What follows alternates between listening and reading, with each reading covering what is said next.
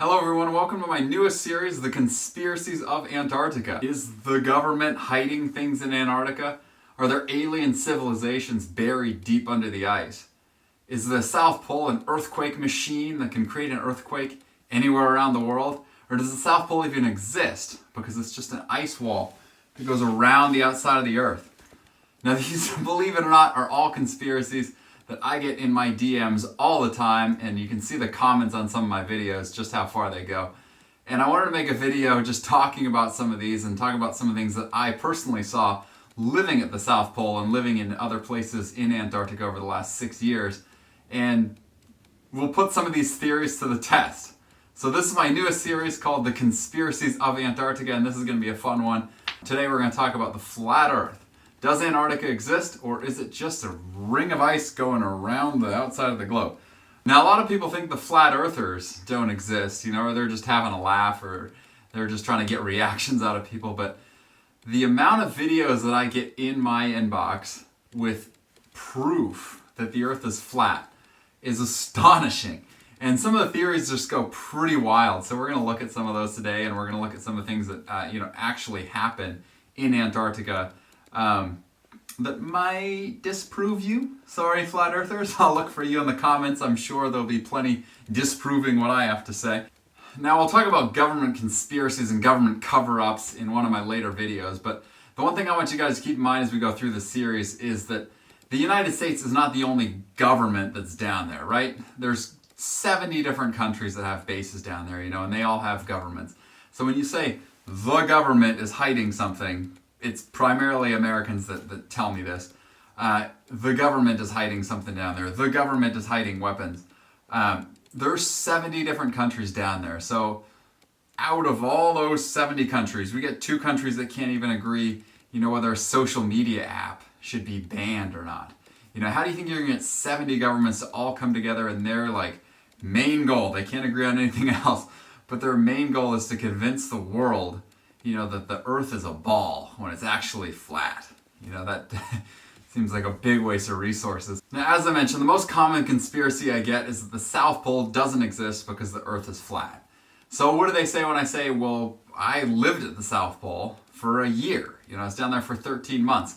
And their response is usually something like either that I'm lying because I'm part of the cover-up, from the government, or they'll say, well, you flew down there on a plane with no windows, which isn't true, we fly on a plane with windows, but you flew on a plane and they dropped you off in the snowy environment and told you it was the South Pole. But if that's the case, the first thing I want to say is that I'm honored, I'm just some normal guy, before I even started doing this, nobody even followed me on social media, so I'm just some normal guy, and suddenly, the government, or governments of 70 different countries decided to choose me to fly me to this place and spend billions of dollars to convince me that I'm in a place that doesn't exist. Just so I think I'm at the South Pole. That's great. 8.5 billion people in the world, and they pick me to think that I'm at the South Pole. How cool. So thank you, government, if that's the case. So what is it about Antarctica that's so intimidating to flat earthers? We're not in space, so it's not like we can look and see that the Earth is round. But for some reason they fixate on Antarctica, and the idea that Antarctica even exists kind of throws off their whole model. Now, one of those things is the idea that the sun is up for 24 hours a day. So 90% of the world's population lives in the northern hemisphere, and a lot of people are well aware that the sun is up for 24 hours a day in the northern parts of the world. You go to Scandinavia, you go to Alaska, and yes, of course, if you go all the way to the North Pole, you would see the sun is up for 24 hours a day. So they don't have a problem with that because they just imagine the North Pole being right in the center of the Earth and then the sun going around it. Where it starts to not make sense is there can't be 2 places on a flat Earth where the sun is up for 24 hours a day. But it's not just about the sun being up for 24 hours a day. It's the way the sun moves. So at the actual South Pole, the sun rises once a year and it sets once a year. And it's the same at the North Pole. The sun is up for 6 months and it's down for 6 months. When the sun sets in the North Pole, it rises in the South Pole. And that's just how it works. Those are the poles. But when the sun is up, it doesn't go up over the horizon like it does, where you're probably sitting right now. The sun just goes around and circles around the horizon. And this is the part here that flat earthers just cannot explain. Like I said, they can explain in the northern hemisphere. They can explain the North Pole if it's right in the middle. But if it does that at the North Pole, it absolutely shouldn't do it at the South Pole. Now here's a time lapse that I took at the South Pole. And we can see this is just after sunrise, so the sun is still very low on the horizon. And we can see the sun just spinning around in a counterclockwise motion. So here's my question for the flat earthers. If the sun is actually getting far away from the earth and then it gets dark, and then getting closer to the earth and then it gets light, how does the sun move like this in this video? This is an actual video that I took from my camera. And of course, the common response I get to that is, oh, you must have photoshopped it. You must have done something. So it's always something weird with Photoshop. And the cool thing about that is, if you don't believe it, you can actually book a flight to the South Pole. They will fly you down there. It's really expensive, but you can do it. Antarctica is not inaccessible. It's not blocked off by the government like a lot of people say it is. It's open for tourism. You can go there, have a trip yourself, and you go watch the sun spin around in circles on the horizon. So the sun spins around the horizon like this at the South Pole for 6 months, and then on March 23rd it sets, and it's set until September 21st. So while the sun's down, comes part 2 of the you can't explain this if you think the earth is flat, and that's the stars. So this is a photo that I took at the South Pole in the middle of winter, and this is what we call a star trail photo. Astrophotographers are very familiar with this type of photo, and it basically, you just do a really long exposure, or you do a time lapse, and you combine them together, and it shows you the way the stars are moving, or the earth is moving relative to the stars. If you took this picture at the equator, the stars go straight up and down. When you take it at the South Pole, we are right at the bottom of the earth, so we're just looking at it just spinning around above us, assuming I was upside down. So it's spinning around, and that's what you see in the photo here. The stars are perfectly flat and level with the horizon because we're right on the axis where it's spinning. Now if you go to the northern hemisphere and you look from the North Pole, you get the same thing, and the stars are spinning the opposite direction. They're spinning in clockwise direction. But if there is one photo that says the earth is round, it's this photo. Now here's a funny one.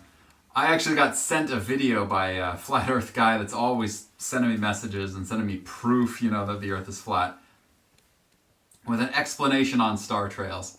And his explanation is basically this guy that shows a dome piece of glass, and he's like, well, if you distort the stars, then you'll see how they trail in different directions. And it's just kind of funny because the only explanation for the earth is flat is by putting a ball into it. Being like, well, the earth's not a ball, but the atmosphere then must be a ball, and that must distort the stars. But then they show a picture, and if you show the picture of how this theoretically works, then when I'm sitting at the South Pole and I'm watching the stars go in this direction, I should be standing like this. I should be standing sideways. And I think I would feel the effects of gravity if I tried to do that. But that's just one of the ridiculous theories, and you can go watch that guy's video if you want, but it's just kind of comical, if anything. But yeah, this one picture disproves, I want to say, one photo disproves that the earth is flat. Once again, this is a photo that I took with my camera. No, it's not photoshopped. It's not any weird editing or anything like that. Basically, they come from time lapses like this. So this is a time lapse that I set out at the geographic South Pole, and you can see the stars just moving from right to left across the screen. And if you took this at the equator, you'd see the Milky Way go either straight down, or you'd see the Milky Way, go at an angle, depending if you're maybe a little bit further down on the hemisphere, you weren't at the equator. So depending where you are on the Earth, it's going to move differently. In the northern hemisphere, of course, if you were at the North Pole, it'd be spinning in the opposite direction. But there can be no explanation for why the stars would be spinning flat around the North Pole, flat around the South Pole, and perpendicular at the equator. If we were sitting there on a pancake, please if you have an explanation on a flat earth that works, I'm open to ideas. Show me how that would work. So one of the possible explanations that I'm sure I'm going to get is, they flew me to the North Pole and not to the South Pole, because the North Pole is the place all this stuff happens. And without mentioning that the stars are turning in the opposite direction, I flew here from New Zealand. So if I flew, to the North Pole from New Zealand and it's a 5-hour flight, then I'm a little bit confused as to why flying from Denver to, say, Anchorage in Alaska in the United States is also a 5-hour flight, and I'm not even to the North Pole yet. So if I can't get from Denver to the North Pole in 5 hours, how can I get from Christchurch, New Zealand, to the North Pole in 5 hours? And if it's possible, then I'm going to be a little bit bummed that, it's a 14-hour flight for me to get home to the United States from Christchurch. So anyway, I hope none of you guys found this video as educational, because if you did, that would mean you just learned that the Earth is round. But if you did, good for you. I'm glad that this, was helpful in your journey to education. And if anything, you guys got to enjoy some really cool video footage from a place that's hard to get to, especially in the winter. If you still don't believe it and you think that I'm photoshopping in these suns spinning around the globe, do yourself a favor. Book yourself a cruise to Antarctica. Book yourself a flight. You can actually go there. It's not, it's not closed off by the government. So you can go visit and you can go see it yourself. And thank you guys for checking out my series. Loads more fun videos to come, and we'll see you on the next one.